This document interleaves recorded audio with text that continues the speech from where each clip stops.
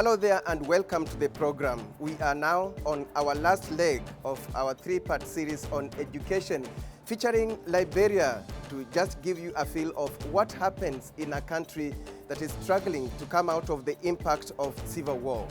I'm your host, Alex Chamwada, and in this show, our system is still recovering from a series of violent shocks. We will focus on the country's education sector that had been destroyed by many years of civil war. After the war, qualified teachers, some of them were displaced, infrastructure was destroyed.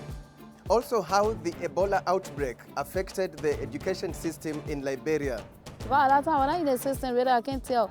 I only worry about my health and my children. I'm not even thinking about school. We will feature how public-private partnerships in Liberia are helping to transform the sector.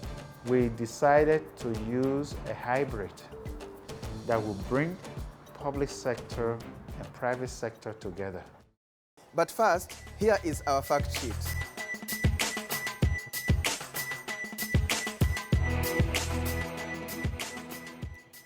Liberia is Africa's oldest republic. It gained independence from the American Colonization Society on July the 26th, 1847, meaning by July 2016, Liberia was 169 years old. Although founded by freed American and Caribbean slaves, Liberia is mostly inhabited by indigenous Africans, with the slaves' descendants comprising 5% of the population. The country was ravaged by many years of civil war in the 90s, a 14-year-old conflict that destroyed the country's economy. Around 250,000 people were killed during the war. Current president of Liberia, Ellen Johnson Sirleaf, became Africa's first female president in 2005, 2 years after the end of a brutal 14-year conflict. During the 14-year civil conflict, which ended in 2003, 80% of schools were destroyed or damaged.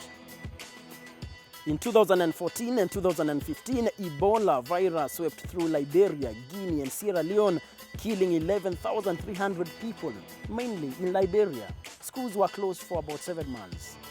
Liberia, with a population of about 4.3 million people, is a low-income country that relies heavily on foreign assistance.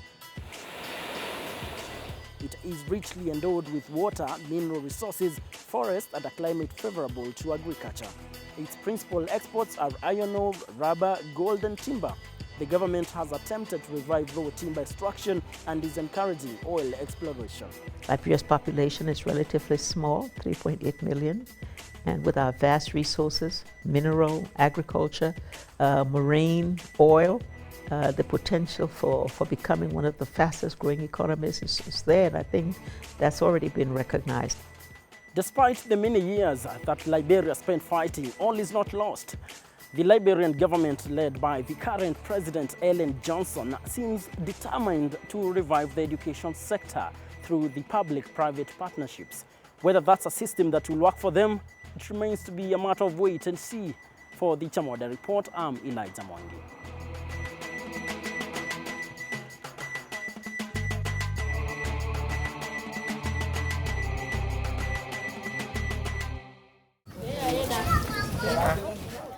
Joseph Kamara is 18 years old. He should be graduating from high school, but at his age, he is in class 6. When did you begin to go to school? 2011. 2011? Yeah. How old were you? 10 years. So you began going to school when you were 10 years old? Yes.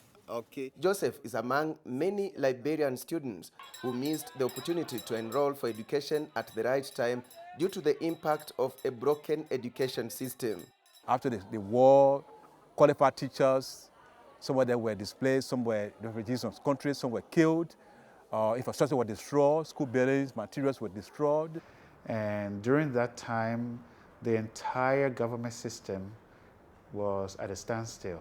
Our system is still recovering from a series of violent shocks, which is what it is necessary for us to accelerate learning outcomes. And for us to do that, one is not thinking traditionally. In Liberia, education is acquired in a 3-6-3-3 system. That is 3 years of pre-primary education, then 6 years in primary, 3 years in junior high school, and 3 years in senior high school. The system is by and large inspired by the American system. A lot of structural weakness of the educational system from the inception of the nation by itself. The government did not have a clear-cut strategy in controlling the educational sector. Then when the conflict came in, which has to do with the war, 15 years of civil war, led us further backward. You notice that only 10% of the country's population was having access to education during the civil crisis.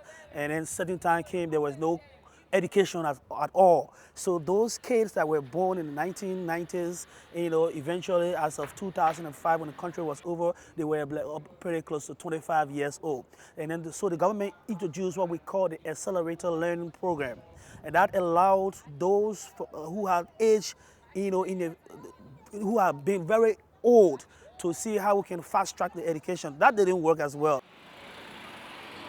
In Liberia, you find that many schools have to operate in shifts because the number of schools does not match demand. Again, trained teachers are not enough. So you find in many schools you have two groups of students and teachers changing shifts at lunchtime. We have challenges with accommodating everybody at one section. This is why we have to have two sections. One group in the morning and another in the afternoon. Liberia's education challenges were worsened by the outbreak of the deadly Ebola disease in 2014 and 2015. Schools were closed for 7 months. Apart from the above challenges, lack of funds to purchase basic education items is one of the reasons that keeps children away from school every year. It is against that background that the government of Liberia has been working with development partners to improve access to quality education, and one of its strategies is provision of education through public-private partnerships. Basically, the providers who would be contracted to manage X number of schools, while government provides policy and regulatory oversight. And part of the contract will mean that government can also give you funding by way of subsidy because you are educating citizens. Liberia has engaged 8 providers, among them the Nairobi-based Bridge International Academies. We agreed with Bridge that the teachers that will be in the partnership schools would all be on government payroll and would all be trained by the government, first and foremost. The learning materials, the textbooks, would follow strictly the curriculum of the government of Liberia, and that Bridge and other providers will work with our curriculum development department to produce the textbooks, and they've done that exactly. The minister says Bridge is unique when it comes to application of innovation and technology in teaching and administration. It's also a blessing to have a system in the technology that holds teachers and principals accountable in terms of showing up every day. Absenteeism is a major problem in our system.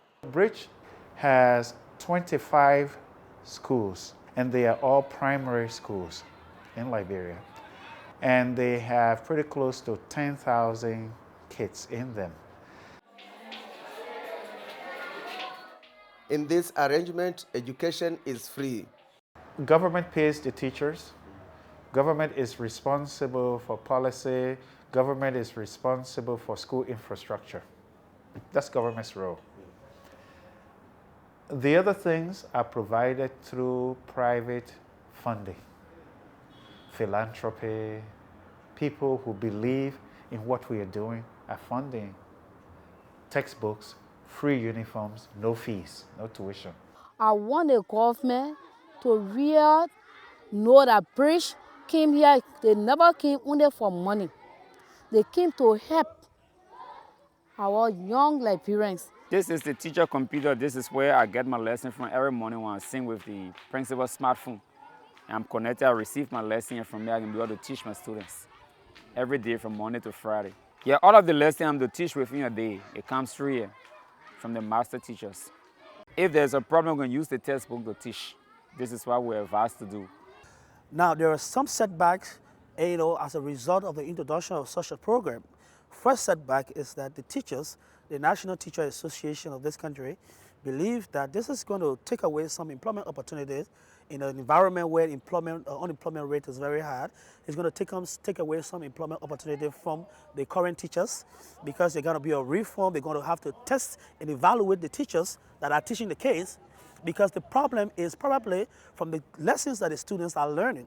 It may not be that the students don't know the lesson, but what they're being taught is probably what they are putting out there. So that has to, this is the reason why the National Teacher Association is having some problem with this current public-private initiative. So the teachers are saying that, look, some of the teachers, who could not go sit the test, they could not go to sit the test because some of them did not know the test. So they have a problem with that. Liberia's engagement with Bridge International Academies followed President Ellen Johnson Sirleaf's visit to one of its schools in Kenya. We were incredibly honored to have a Kenyan organization be profiled by this president. And when she came on her state visit, she was able to see children reading, even when they were just 5 years old. She was able to hear parents say the changes that they had seen in their children after they had been at a Bridge-supported school. And so then we were invited by President Sirleaf to launch a program with her called Partnership Schools for Liberia. What the Partnership School offers, especially through Bridge, is a sustainable way of ensuring that kids who, under normal circumstances, will not have access to this type of quality education can continue to have that at minimum cost to the government and to parents and so forth. Our children are gaining quality education at this time. For us, our children were not gaining anything because the teacher come to school at 8 o'clock, they leave 12 o'clock, they go home. But for Bridge, they come 7:30, 3:30, they leave. The Liberian Education Minister understands the Kenyan system well, as he undertook his university education in Kenya. I studied education at Marist College, which is now a part of the Catholic University of East Africa. I taught at Mbita High School. So the Kenyan system is familiar.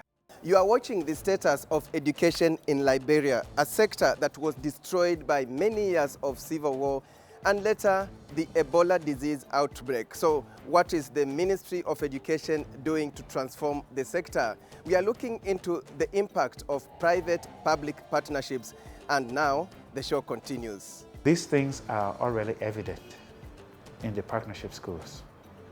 In fact, the 94 schools have been oversubscribed, and the classrooms are packed.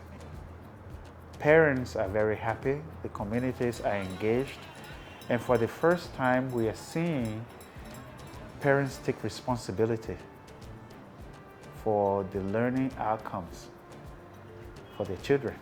And for me, this is what I always wanted. The Liberian minister maintains that he does not shy away from admitting that public schools in many African countries do not offer quality education as compared to private schools, and this should not be allowed to continue. I went to a school in Uganda, for example, where this particular parent, single mother, had 4 kids. She did her own randomization. She sent 2 of them to a British school, and the other 2, she kept them in the government school.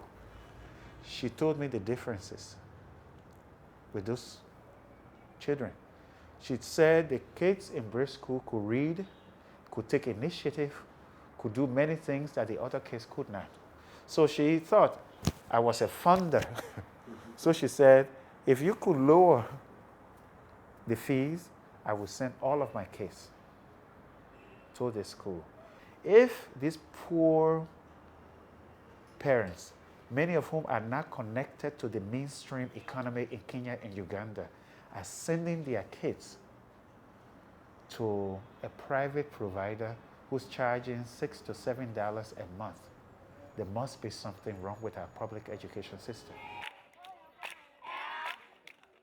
The question many are asking is whether public-private partnerships is a sustainable system in enhancing access to affordable and quality education. It's new to Liberia, but some of us who know about making our educational system viable to represent the kind of international standards that we want it to be, we know that it's a very good process. And some of us within the educational system in a non-governmental area have been able to create awareness to the locals and to see how we can effectively manage what is currently being introduced by the government. It has to just be monitored and controlled by the government in a way that the interest of the state is actually protected. For me, I would advise any incoming government to lay on the frameworks that are currently being put in place by the current ministry and the leadership of this country. Because I believe that it's going to yield more results for us. It's going to help us as a nation to move forward. We have long cried that the educational system is not too correct for us. So, this step, I think, will help us as a nation. In Kenya, there are those equally advocating for public-private partnerships as a way of improving the quality of education in public schools. Kimilili Member of Parliament Chris Wamalwa, a member of the National Assembly Committee on Education, is spearheading amendment of the law in order to create room for the involvement of the private sector in running public schools. We have had in this country very good schools. For example, Olympic Primary School, the one in Kibera, it used to do very well. But when free primary education came in, we don't hear about that school. This is a model that we've borrowed from many other countries. We've seen it working very well even in South Africa. We've seen even in Liberia. These models have worked very well. So what we are trying to do is to give that wide choice that the government can be able to decide that here, we can decide Olympic, we are going through the public-private partnership, or another private partner can come in to partner with the government to improve that local public infrastructure that is there for purposes of enhancing quality.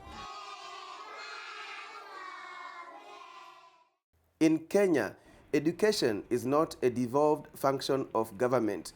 County governments are only in charge of early childhood education. This amendment that is now on the floor of the House is to give that recognition that whereas we recognize that the national government can go into partnership with other private firms for purposes of achieving the objectives, we are also giving room that the county government on its own can also partner with a private entity for purposes of maybe achieving the objective. May it be in the healthcare, may it be in the education sector, employment, what have you. So this bill basically, it is just buying, it is borrowing from the public partnership bill which is there to bring it in the Basic Education Act, whereby we are going to have a provision of three. Provision for private schools, provision for public schools, and provision for public-private partnership. Meanwhile, the chair of the National Assembly Committee on Education, Sabina Chege, says the committee has already made several recommendations geared towards increasing avenues through which Kenyan pupils and students can get public funding. What we have done is that we have not gotten to the higher level of like the international level where you find like the government can fully fund private institution which is run privately. Basically what we have done in Kenya, our education is very commercialized. And so when you talk about private sector, then it seems like there are people doing business. And of course, when somebody is doing business, he does it at his own terms. But we have had several steps. One, this year we had the government now sending students from to the private universities, which was a big step. We had 10,000 students additional. Whom the government, they have the partnership with the private universities, but the government will pay equally the way they pay to the normal public university, but will send their students to the private universities with no extra charge. Again, KCP, KCSE, you know our public students from 2013, they have not been paying for KCP and KCSE. And of course, there was a huge public outcry because even the children going to the private schools and who are doing KCP and KCSE, their parents also pay taxes. And from next year, we are also catering for the students in the private schools. Back to Liberia as we finalize the show, and the Minister for Education, who is happy with the results so far of public-private partnerships, says there is room for collaboration between Kenya and Liberia, especially in the area of human resource and capacity building. President Kenyatta had discussed this with President Sirleaf, and recently the foreign minister and the vice president were here. We resurrected those conversations, and at the moment there are serious talks between both foreign ministries in coming up with a memorandum of understanding for Kenyan teachers to come to Liberia. There you are. We began with the status of public education in Kenya with special attention to primary level, and today we wind up our three-part series on that note. We are glad you followed the series, and remember, you can get the shows on our online platforms. On behalf of the crew, thank you so much for watching, and bye-bye for now. Yeah.